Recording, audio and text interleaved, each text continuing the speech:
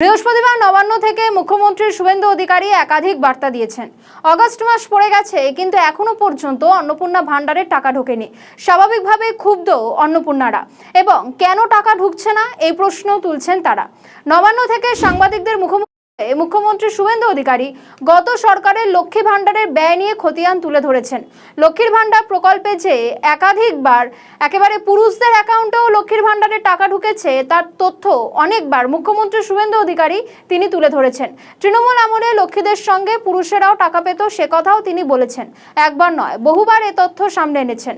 এরপর অন্নপূর্ণা ভান্ডারের বিষয়ে মুখ্যমন্ত্রী বলেছেন, আগামী মাস থেকে বিজেপি যতদিন থাকবে প্রত্যেক মাসে দ্বিতীয় সপ্তাহে টাকা পৌঁছবে। কি বলেছেন শোনাবো।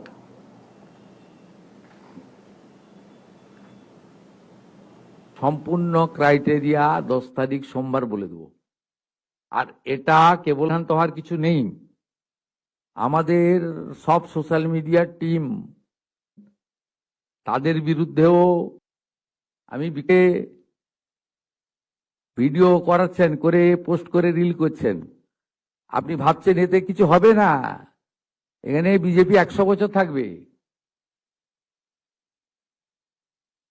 100 বছর থাকবে বিজেপি, যে কাজ করে দিয়ে যাবে। এখানে এই লোকেদের আর ফেরত আসার কোনো চান্স নেই। তো ফলটা দেখেছেন। এরপরে রেজিনগর আর নন্দীগ্রাম খুব নজর রাখছে। যারা মিথ্যা তথ্য দিচ্ছেন তাদেরকে চিহ্নিত করে রাখছি, করা যাবে।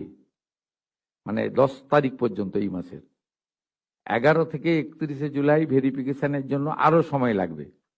কিন্তু আমরা এই মাসের 17ই আগস্ট থেকে আমরা 3000 টাকা করে ভেরিফাইড লোকেদেরকে, মহিলাদেরকে অ্যাকাউন্টে পাঠাবো। এবং কারা কারা বিবেচিত হবেন, সম্পূর্ণ ক্রাইটেরিয়া 10 তারিখ সোমবার বলে দেব। আর এটা কেবলমাত্র এই মাসে হয়ে যাবে। পরের মাসে থেকে বিজেপি সরকার যতদিন থাকবে প্রত্যেক মাসে দ্বিতীয় সপ্তাহে টাকা ট্রান্সফার হয়ে যাবে। অতএব